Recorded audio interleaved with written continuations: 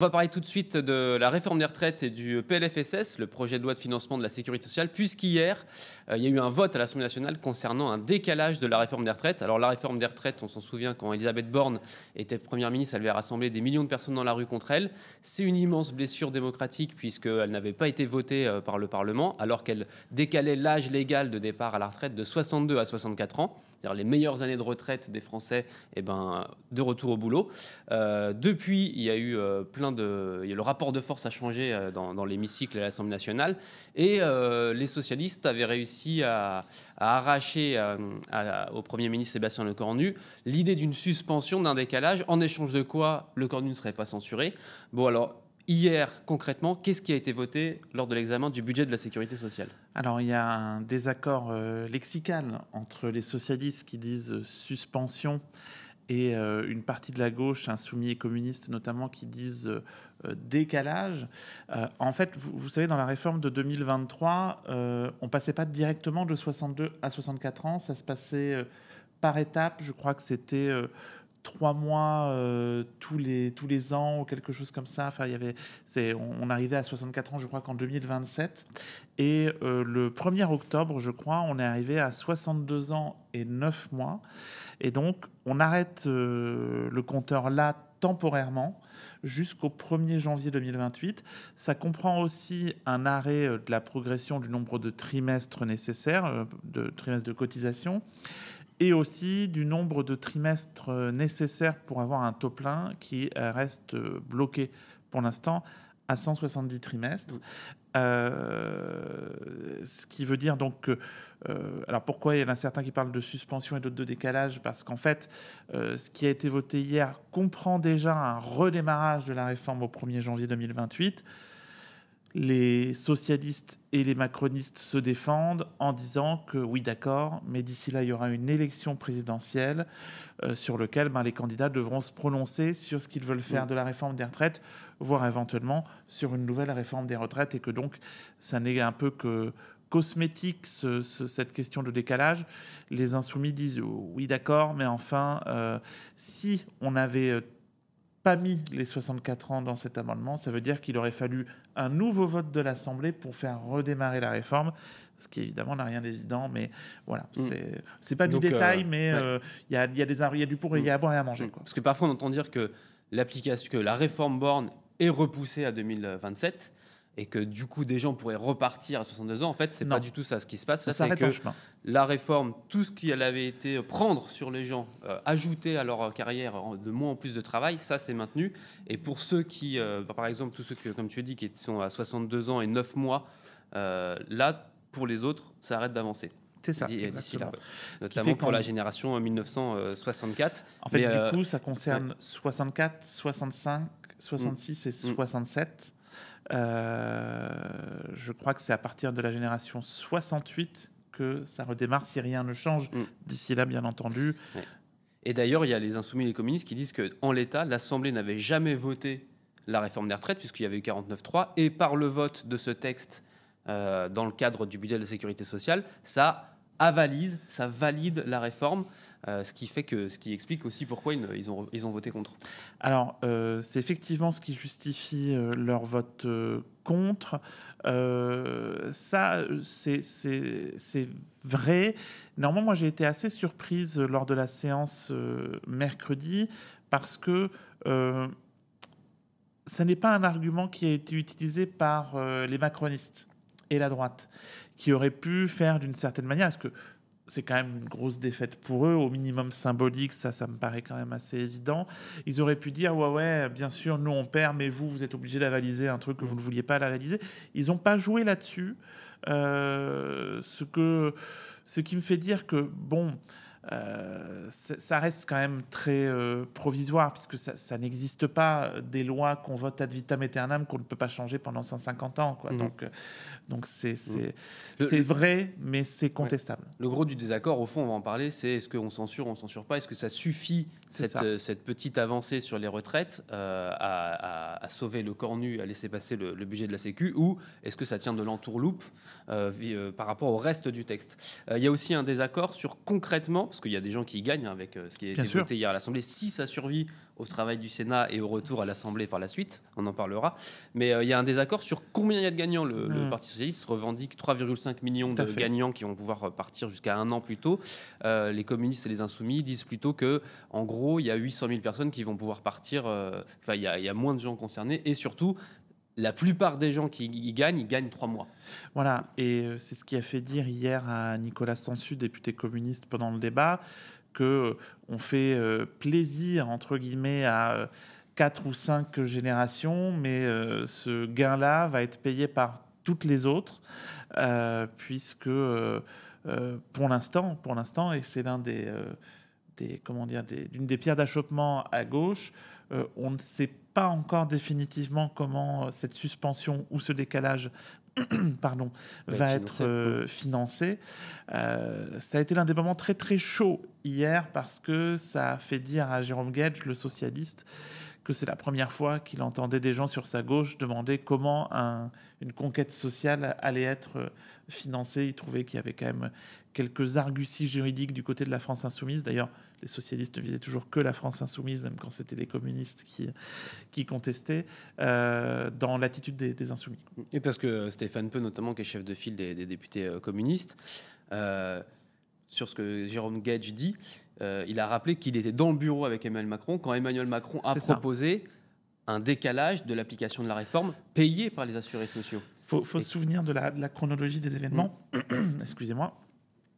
Effectivement, ça fait longtemps que le Parti socialiste a mis dans le débat la question d'une suspension de la réforme des retraites pour acheter sa non-censure. C'était déjà le cas, il faut s'en souvenir, au moment du début du gouvernement Bayrou et de devoir faire passer le budget en début d'année 2025. Avec le conclave, finalement. Finalement, ça avait atterri sur le conclave, qui lui-même n'a pas atterri. Encore début septembre, avec le contre-budget des socialistes, ils demandaient une suspension de la réforme des retraites. Mais soyons honnêtes, personne ne croyait vraiment qu'un gouvernement macroniste, quel qu'il soit, puisse accéder à cette requête. Et puis, la tragicomédie qui a eu lieu entre le Cornu 1 et le Cornu 2, au début octobre, a réduit encore la position des macronistes. Et donc, dans cette réunion des chefs de parti et des chefs de groupe de l'Assemblée, je crois que c'était le 10 octobre à l'Élysée, cette réunion se passe à peu près que sur la question des retraites, ce qui a de quoi surprendre, alors que l'enjeu, c'est quand même tout le budget, tous les budgets même, se passe surtout là-dessus, avec donc cette proposition de décalage. Les socialistes, à ce moment-là, disent non, c'est suspension complète et immédiate, c'était leur formule dans le week-end-là, et quelques jours après, quand le Cornu est renommé et fait une déclaration à l'Assemblée nationale, il ne dit pas exactement complète et immédiate. Et effectivement, cette suspension ressemble un peu plus au décalage qu'avait proposé Emmanuel Macron à l'Élysée devant les chefs de parti. Donc il y a division à gauche, il y a aussi division des syndicats, puisque Marie-Lise Léon de la CFDT a souligné hier un progrès concernant la réforme des retraites, alors que Sophie Binet de la CGT appelait les députés à réécrire, à revoir la copie concernant ce texte sur les retraites, puisque pour elle et pour plein d'autres, notamment pour d'autres élus de gauche, le compte n'y est pas. Oui, Sophie Binet, ce qui l'a choqué hier dans la rédaction de cet article au PLFSS, au projet de loi de financement de la sécurité sociale, c'était effectivement que étaient mentionnés ces 64 ans. Et c'est vrai que le gouvernement a corrigé un peu le tir par rapport à sa lettre rectificative qu'il avait fait pour inclure d'emblée la suspension de la réforme des retraites dans son projet de budget, puisque ça ne concernait pas au début les carrières longues. Il y avait aussi quelques personnes il y avait des trous dans la raquette, comme a dit la députée socialiste Sandrine Runel hier, qui ont, c'est vrai, été en partie réglés par un amendement du gouvernement. Mais visiblement, le gouvernement n'a pas voulu changer de pied sur cette question de décalage-suspension, et donc plutôt décalage. Et hier, tu le disais, le ton est monté à gauche, puisque notamment Olivier Faure, premier secrétaire du PS, a dit « Je n'imaginais pas qu'un homme ou une femme de gauche puisse voter contre un progrès pour les salariés un jour. » Ça, il l'a dit sur Twitter, mais effectivement, c'était la tonalité notamment de Jérôme Guedj dans l'hémicycle. Il faut noter que en début de séance, les socialistes restaient plutôt sobres. Ils savaient que cette journée pouvait être compliquée à gauche et ils n'étaient pas non plus triomphants. Comment dire, après la séance, ils ont dit leur fierté d'avoir fait voter ça. Et c'est logique. Je veux dire, ils ont obtenu ce qu'ils considèrent être une victoire. C'est normal qu'ils essayent de le vendre comme une victoire. Mais c'est vrai que dans l'hémicycle, ils essayaient d'être plutôt sobres et de faire le gros dos par rapport à ce qui leur tombait dessus sur leur gauche.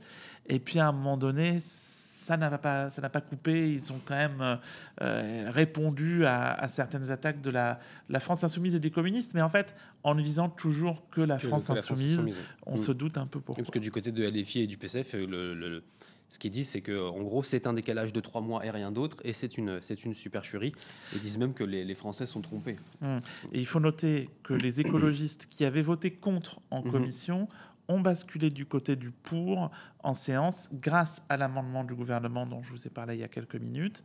Il y a eu quand même quelques abstentions, dont Sandrine Rousseau, que j'avais vu juste avant la séance, qui m'expliquait voilà, il y a quand même des gros doutes sur le financement. Si c'est pour le financer sur le dos des retraités, honnêtement, c'est pas forcément très utile, mais c'est quand même compliqué de voter contre quelque chose de tel. Même si c'est quelques mois, et ça vient, ce que souligne tout le monde d'ailleurs du côté des syndicats, c'est que quelle que soit l'ampleur de ce décalage ou de cette suspension, ça vient en partie lézarder un totem macroniste, même si certains auraient aimé le lézarder davantage et les brécher beaucoup plus.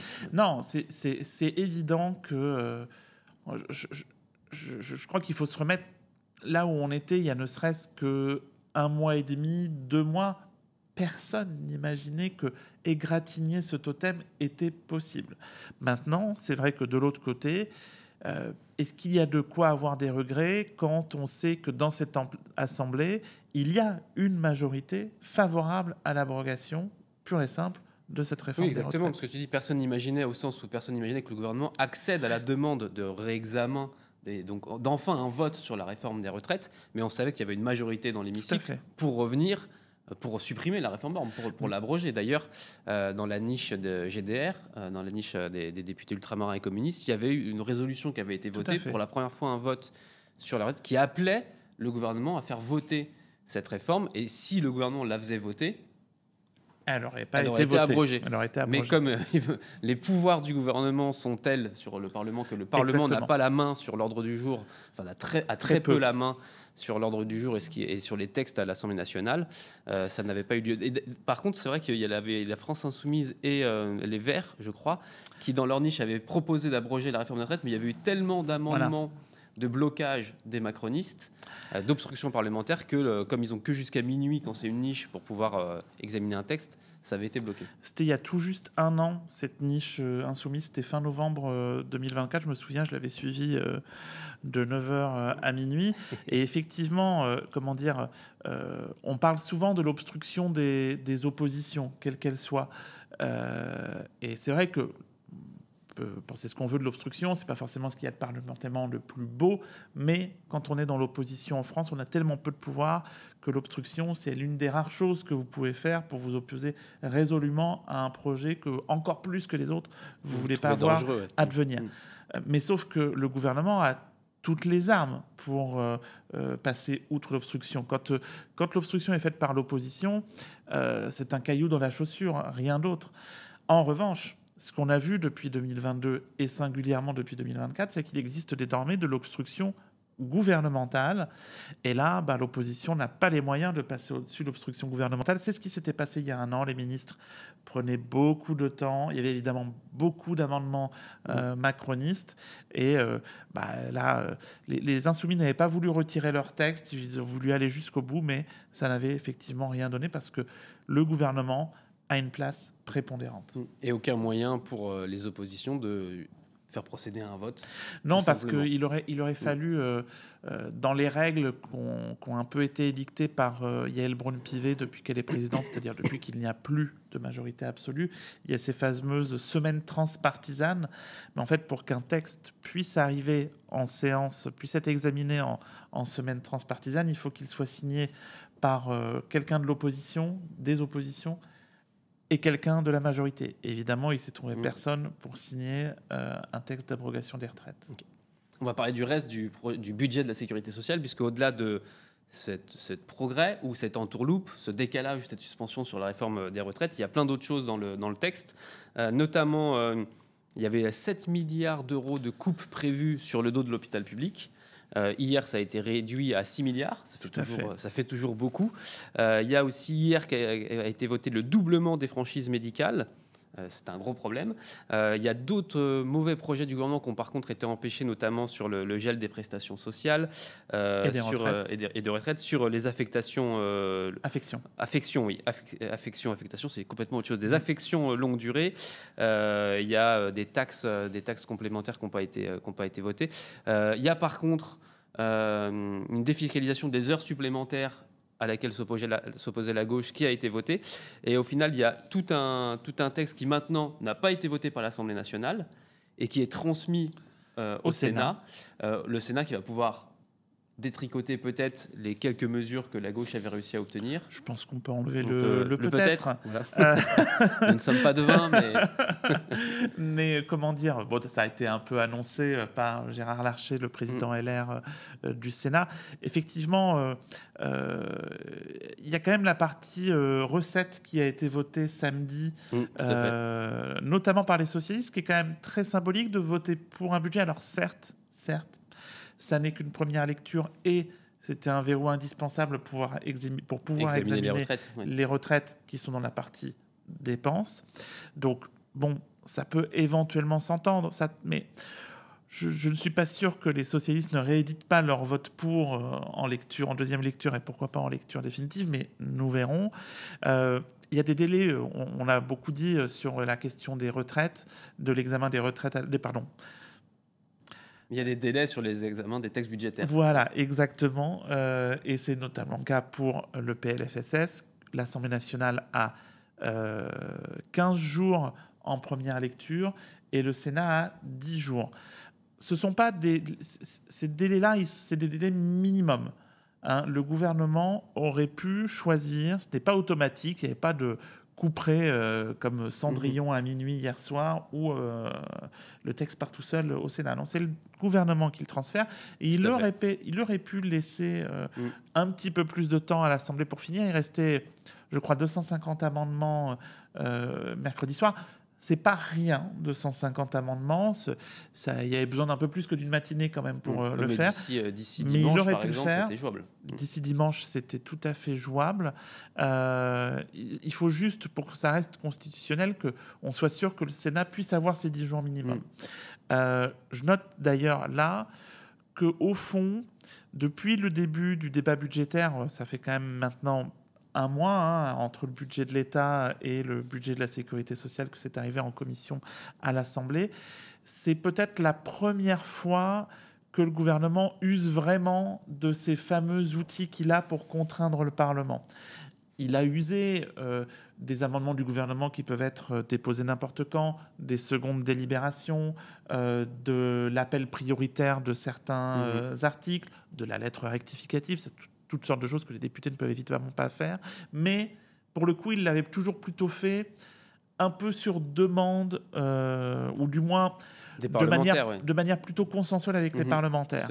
Là, c'est la première fois qu'il use vraiment d'un moyen coercitif contre l'Assemblée. Une partie de la gauche qui dit vous vous étiez engagé à ce qu'il y ait un vote sur l'ensemble du budget de la Sécu, et même la France Insoumise qui disent au fond, ça arrange bien les socialistes et le gouvernement qu'il n'y ait pas de vote sur l'ensemble du texte du PLFSS. Olivier Faure dit, lui, que oui, peut-être... En première lecture. En première lecture, peut-être que le Sénat va détricoter certaines choses, mais après, ça reviendra en CMP. Alors, qu'en est-il en CMP? C'est toujours la droite qui sera majoritaire. Et oui. prenons pour acquis que tout ça va être détricoté par le Sénat. Enfin, c'est vraiment quelque chose d'acquis. Faut quand même rappeler que avant la réforme de 2023, le Sénat votait chaque année un amendement pour passer la retraite à 65 ans. Donc ça vous pose un peu le décor de l'ambiance au Palais du Luxembourg. Donc tout ça va être largement détricoté. La gauche représente un tiers du Sénat, un petit peu moins, et la droite y est tout à fait majoritaire. Après, effectivement, il y aura une CMP, une commission mixte paritaire, où se réunissent 7 députés, 7 sénateurs au prorata de la répartition dans les deux hémicycles. Et là, la droite, les macronistes et LR seront majoritaires. Donc ils peuvent à nouveau faire un budget à leur sauce. La question qui se pose, c'est est-ce que le gouvernement va faire pression pour qu'il n'y ait pas d'accord en CMP, donc revenir en deuxième lecture directement à l'Assemblée nationale. Le gouvernement ne siège pas en CMP, même si il y est très influent, voilà, malgré tout. Il a le bras long. Il a le bras long. Et puis, mais on se dirige pas vers ça, dans le sens où le gouvernement, il dit toujours, mais c'est l'Assemblée qui décide. Ce sont les parlementaires qui décident. Donc, peut-être qu'on va avoir en deuxième ligne, parce que le PS dit beaucoup, parce que du coup, j'ai quand même un peu de mal à imaginer que si c'est un texte de droite qui sort de la CMP, donc les conclusions doivent être votées une dernière fois par le Sénat et l'Assemblée, j'ai un petit peu de mal à voir une majorité à l'Assemblée là-dessus, quand même. S'il n'y a pas de gages qui sont donnés au PS, notamment sur les retraites et d'autres sujets, il faudra que le groupe Renaissance mouille un peu plus la chemise qu'hier, sans doute. Mais si les conclusions sont rejetées, c'est pas forcément la fin du film. Là, après, on reprend une nouvelle lecture. Sauf que là, il faudra aussi une bonne volonté du gouvernement pour pouvoir remettre, par des amendements du gouvernement, ce qui aurait éventuellement été supprimé par le Sénat. Que sera la position du gouvernement? Conciliante sur la forme, comme il l'est plutôt depuis un mois, ou est-ce qu'il dira, mais attendez, les parlementaires, que sont les sénateurs, ont décidé d'enlever ça, donc nous, on respecte. Voilà, ça, c'est quand même une grosse inconnue sur la suite des débats. La menace de la censure qui va beaucoup Boris Vallaud a encore redit ce matin à la radio que la censure restait une option. C'est vrai qu'on en parle quand même beaucoup moins depuis 2 semaines, depuis l'échec des sociétés. À l'heure de vérité du texte final sur le budget et le budget de la Sécu, c'est vrai, tu as raison. La pression peut remonter. Mais la pression, elle est dans les deux sens. C'est-à-dire qu'on sera début décembre. Le Cornu a bien compris que le PS ne voulait pas en l'état d'une dissolution. Alors, pas d'une dissolution, disons, pas d'une dissolution au moment clé dans lequel on entre là, puisqu'on sait qu'à partir de mi-novembre, donc, certes, une dissolution n'est pas une conséquence automatique d'une censure. Ça, il faut bien le dire, ça reste toujours un choix du président de la République, même si c'est vrai que c'est une réponse possible à une motion de censure. À partir de mi-novembre, ça veut dire, vous savez, dès qu'on prononce la dissolution, il n'y a plus d'assemblée. Donc là, vous avez un mois et demi avant les élections, et ça veut dire que potentiellement, l'Assemblée ne pourrait pas avoir le temps de voter une loi spéciale pour pallier au non-vote d'un budget, comme l'année dernière. Et si en plus de ne pas avoir de budget, il n'y a pas de loi spéciale, là, on entre vraiment en terre inconnue qui peut être dangereuse. Et donc, c'est pour ça que j'ai quelques doutes sur le fait que le Parti socialiste puisse vraiment actionner une censure début décembre. Comme toujours, il y avoir un très fort rapport de force, et puis on verra ce que ça donne. Merci beaucoup, n'hésitez pas. Merci Aurélien. On espère que ça vous a intéressé. Merci Rachel, on espère que ça vous a intéressé. Et n'hésitez pas à commenter et à revenir sur humanité.fr, à acheter le journal papier et à regarder nos vidéos. Merci à tous et à très vite.